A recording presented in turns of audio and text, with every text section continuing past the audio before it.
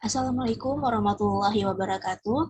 Kami dari kelompok 5 ingin memaparkan hasil diskusi kelompok kami mengenai rancangan fungsionalitas pada sistem antrian pembayaran zakat.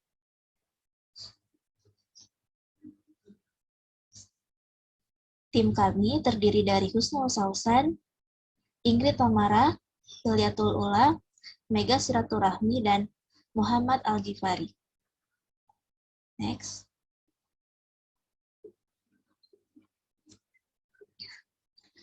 Pertama-tama, kami membahas tentang latar belakang mengapa perlu menggunakan aplikasi pembayaran zakat secara online. Hal ini karena sistem antrian online dapat membantu pelayanan antrian.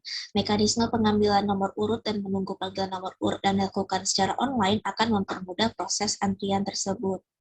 Next.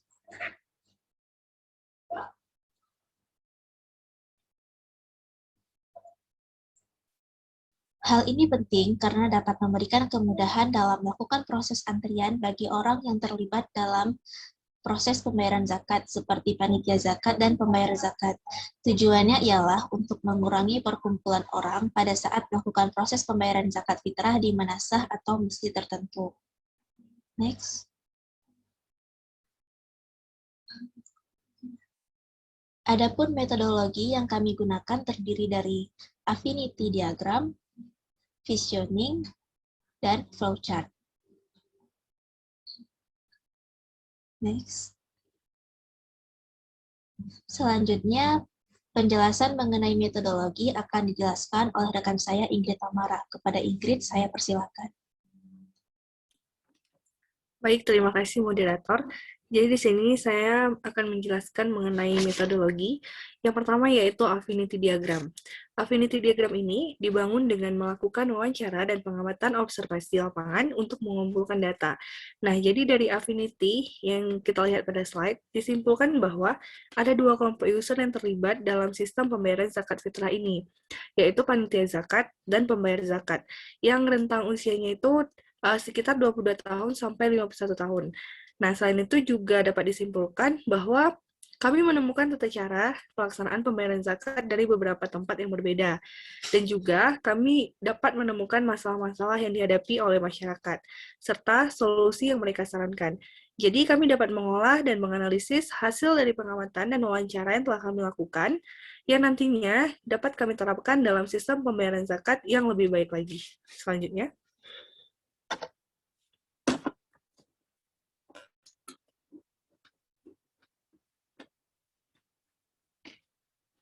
Selanjutnya, yaitu yang kedua, yaitu visioning. Vision dikumpulkan dari masing-masing anggota tim untuk menggarap solusi yang dituangkan ke dalam aplikasi. Lalu dilakukan diskusi brainstorming untuk menentukan teknologi atau fitur apa saja yang akan dibutuhkan dalam desain aplikasi.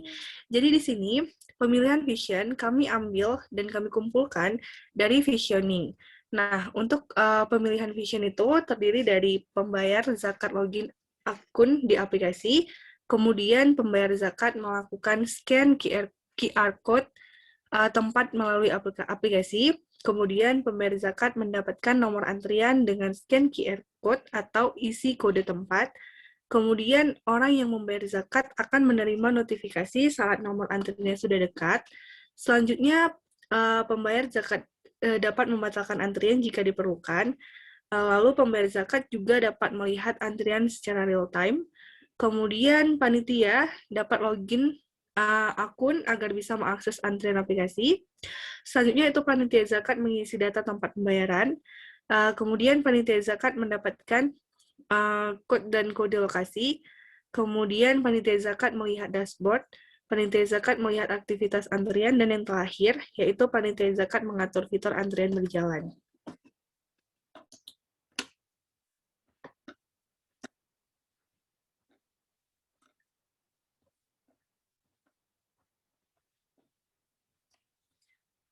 Selanjutnya yaitu flowchart. Jadi di sini saya membahas bagian yang user atau pembayar zakat.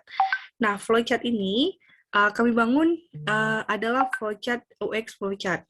Nah, jadi seperti yang kita lihat pada slide, di sini flowchart yang pertama ini flowchart user. Pertama user akan melihat halaman login, Kemudian di sini user akan memasuki kode lokasi atau scan QR code. Setelah itu setelah user melakukan hal tersebut, user berhasil masuk. Maka user akan dialihkan ke halaman nomor antrian. Nah, jika user gagal dalam memasuki kode lokasi atau QR code yang benar, maka user akan diperlihatkan notifikasi gagal, lalu dialihkan kembali ke halaman awal.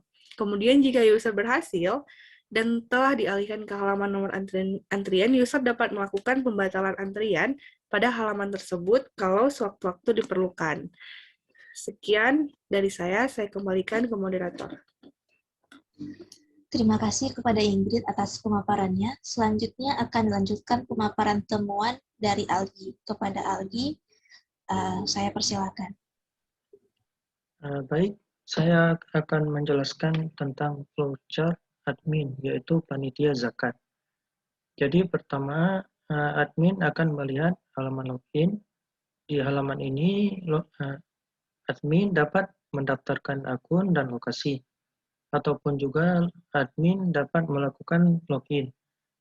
Setelah admin menginput username dan password dan melakukan login, jika gagal, maka akan kembali ke halaman awal. Dan jika berhasil, maka admin akan dialihkan ke halaman dashboard.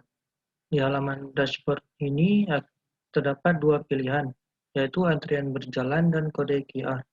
Ya, antrian berjalan ini adalah antrian yang sedang berjalan dalam aplikasi.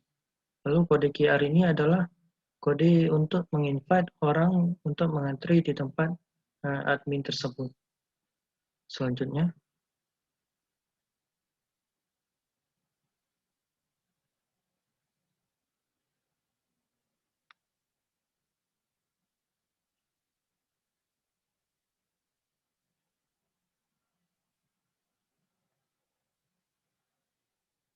baik, di temuan ini terdapat 4 poin. Yang pertama adalah user. User pada aplikasi kami terdapat dua, yaitu pembayar zakat dan panitia zakat. Yang kedua adalah value proposition canvas. Value proposition canvas ini digunakan untuk melihat apakah aplikasi sudah sesuai dengan kebutuhan si user. Yang ketiga adalah BMC system. BMC system ini adalah sebuah sistem bisnis model yang terdapat pada aplikasi antrian ini. Lalu yang keempat adalah demo high fidelity prototype. Di sini berfungsi untuk mendemokan halaman yang sudah high fidelity, yaitu halamannya sudah bisa berinteraksi. Selanjutnya,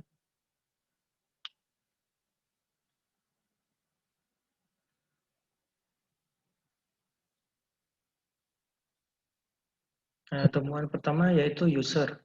User pada aplikasi kami terdapat dua, yaitu panitia zakat yang akan menerima zakat, lalu ada pembayar zakat yang akan membayarkan zakat.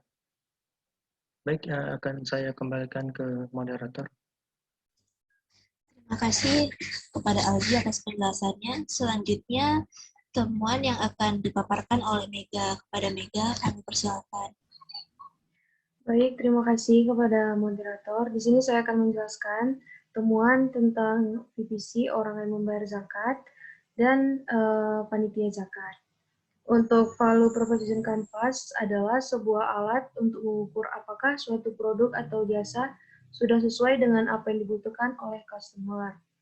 Dan di sini saya akan menjelaskan value proposition canvas pada orang yang membayar zakat.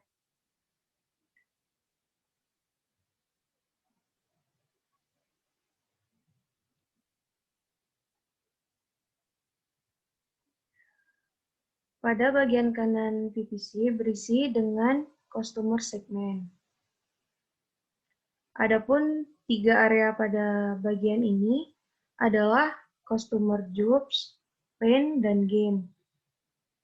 Kelompok usernya adalah orang yang menjadi panitia zakat, memiliki customer jobs dengan berbagai aktivitas yang mendata orang yang telah melakukan zakat. Di sini saya akan menjelaskan pada bagian kanan, pada customer jobs, terdapat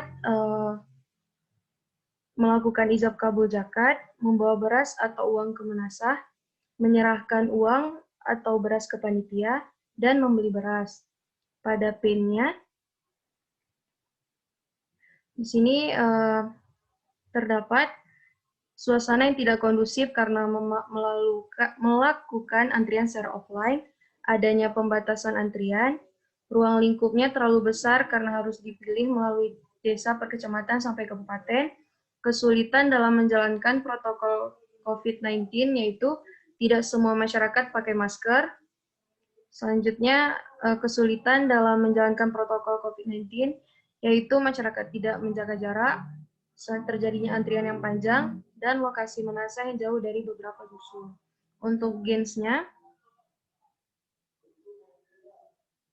yaitu ada beberapa panitia penerimaan zakat, tidak terjadi antrian yang panjang, waktu lebih hemat dengan adanya aplikasi antrian, dan desakan jumlah orang yang datang bisa berkurang. Selanjutnya, pada bagian kiri PPC ini, yaitu terdapat 3 area. Yang pertama adalah pain relievers, gain creators, dan produk. Untuk pain relievers, yang pertama yaitu pembayar zakat melakukan scan QR code kode tempat melalui aplikasi. Pembayar zakat mendapatkan nomor antrian dengan scan QR code atau isi kode tempat, dan pembayar zakat dapat melihat antrian secara real time. Untuk gain creators, yaitu orang yang membayar zakat akan menerima notifikasi saat nomor antriannya sudah dekat. Pembayar zakat dapat membatalkan antrian jika diperlukan, dan pembayar zakat login akun di aplikasi. Untuk yang terakhir, yaitu ada produk atau service di sini, yaitu aplikasi antrian pembayaran zakat. Untuk selanjutnya, saya akan menjelaskan value proposition canvas pada panitia zakat. Untuk yang di bagian kanan, ada customer jobs, yaitu mendata zakat, panitia mendata beras yang sudah diserahkan, melakukan ijab kabul, atau mengarahkan orang yang mengantar zakat. Untuk PIN-nya, pendistribusian zakat tidak maksimal, masalah pendataan, dan masyarakat sulit diatur dalam proses antrian pembayaran zakat. Untuk gains-nya, di sini yaitu menerapkan sistem verifikasi data untuk pengaturan yang lebih baik, memiliki menasah yang mengatur di dusun sendiri agar proses distribusi maksimal, dan mengatur masyarakat ketika membayar zakat. Pada bagian kirinya, yaitu PIN relievers, gain creator, dan products. Untuk PIN relievers, yaitu panitia zakat melihat dashboard, panitia zakat mengatur fitur antrian berjalan, dan panitia zakat melihat aktivitas antrian. Untuk gain creators, panitia zakat menyisikan data tempat pembayaran, panitia login akun agar bisa mengakses antrian aplikasi, dan panitia zakat mendapatkan QR code dan kode aplikasi. Dan untuk produk atau dan servisnya, aplikasi antrian pembayaran zakat.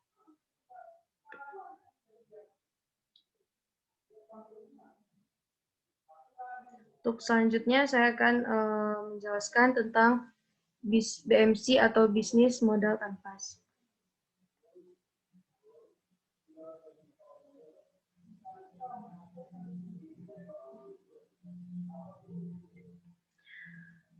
Business Model Canvas merupakan sebuah tool dalam strategi manajemen untuk menerjemahkan konsep, konsumen, infrastruktur, maupun keuangan perusahaan dalam bentuk elemen visual.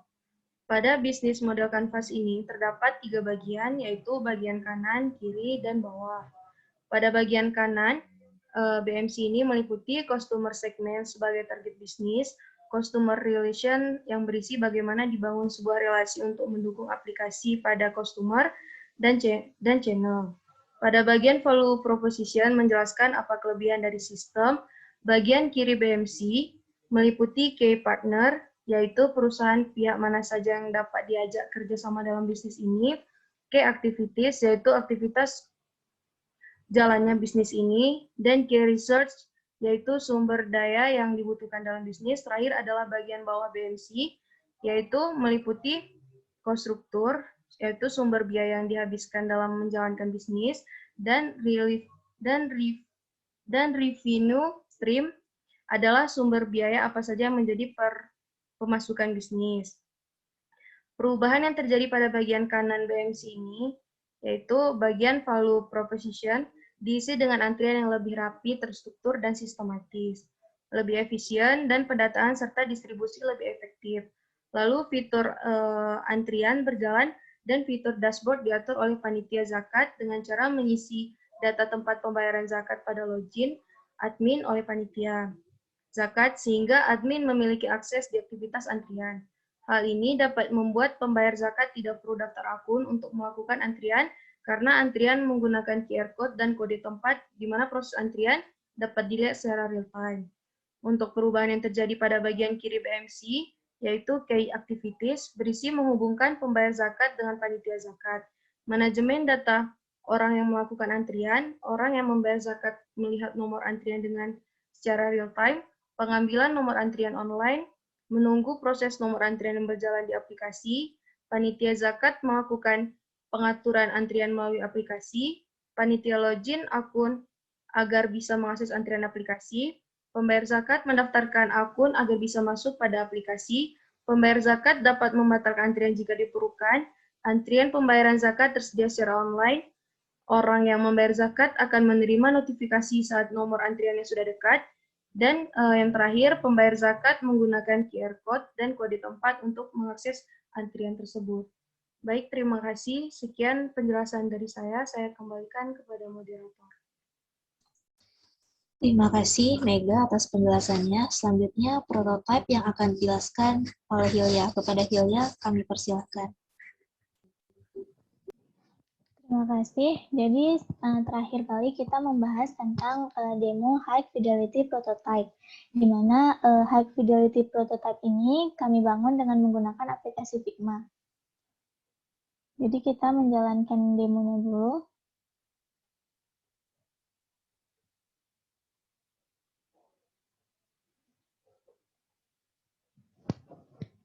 Nah,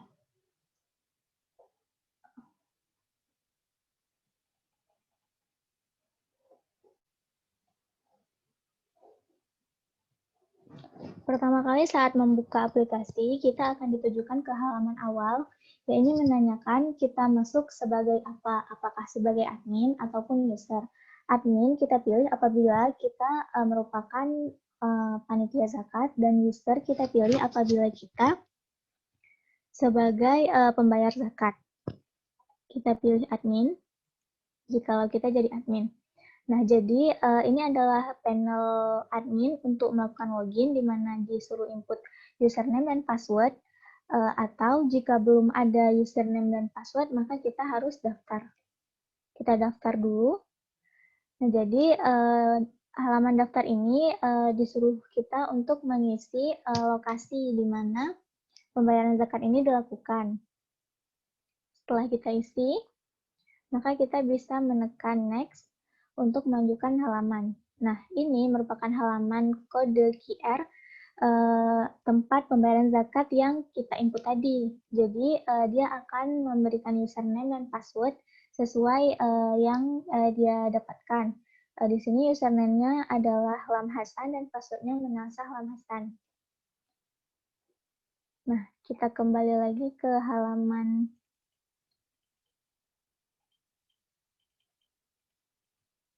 login admin tadi.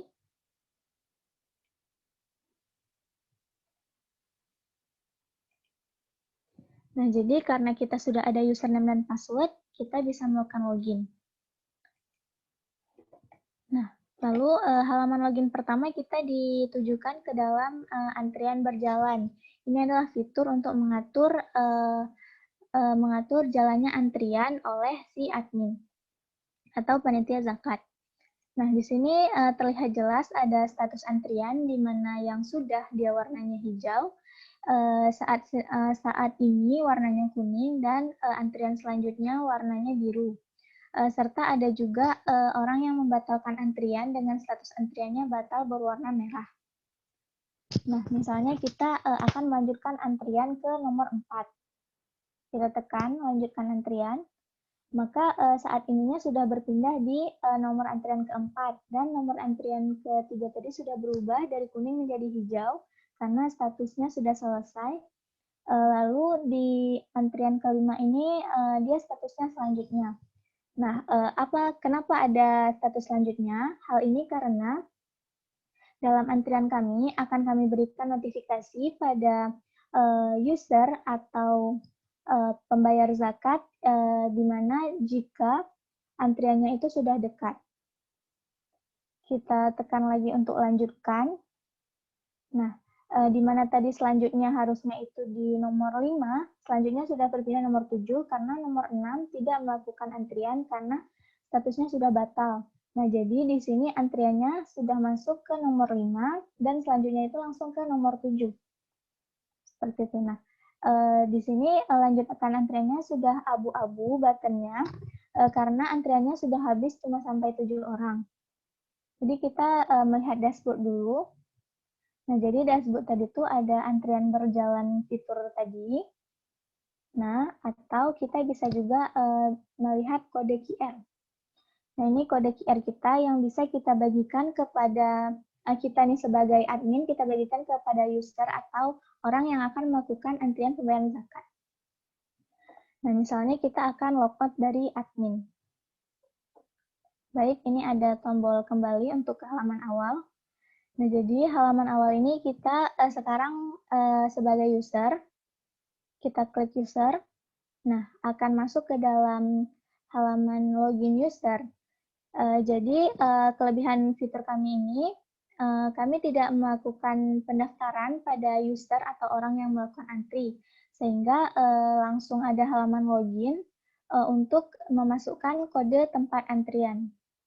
Jadi kita tes untuk memasukkan kode tempat. Nah, ini sudah kita masukkan, tekan login. Berarti dia otomatis ke dalam mendapatkan kode antrian. Jadi nomor antrian di sini tertera kita nomor 14, di mana antrian real time kita bisa melihat sekarang masih antrian 8 dengan lokasi antrian yang kita masukkan dan kodenya. Nah, ini ada dilihatkan juga tanggal dan jamnya, serta ada fitur pembatalan antrian.